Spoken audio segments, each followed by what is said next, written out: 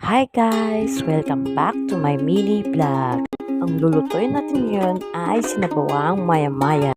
Kaya ayan, samahan niyo akong luto. Bumili pala ako ng 2 piraso ng isdang maya-maya. Sa halagang 100 lamang. Ang mahal pala ng kilo niyan, 350 po.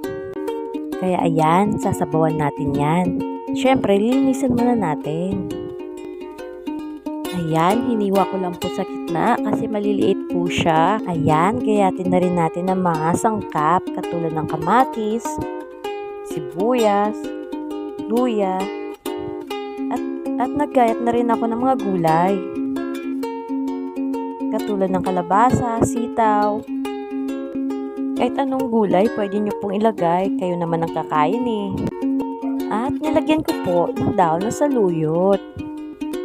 Wala kasing dahon ng saluyot sa kapitbahay kaya bumili na lang ako sa labas. Naubos ko na rin ang dahon ng malunggay nila.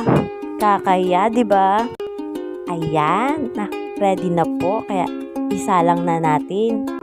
Butas pala yan kasi roll ako kaya re-remedyohan natin.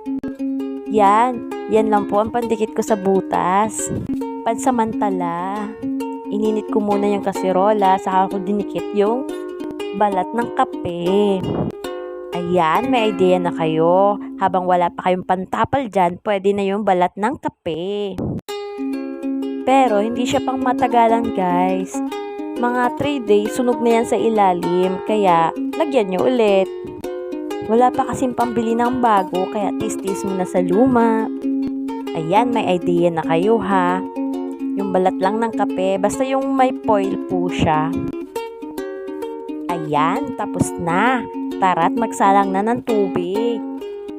Ayan, nilagay ko na rin yung mga ricado at pinakuluan. Tapos nilagay ko yung kalabasa. Siyempre, hindi mawawala yung tanglat.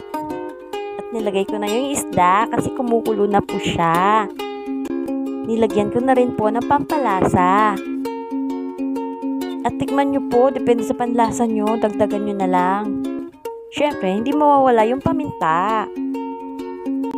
Ayan, nilagay ko na yung sitaw sa ibabaw. Ayan, kumukulo na. Tikman natin ulit. Sarap. Pwede na natin ilagay yung saluyot. Ayan, pakuluan natin ulit. Mga ilang minuto lang. Ayan, kulong-kulo na siya. Ang bango-bango na niyan. Sarap. Tara, samahan niyo akong kumain.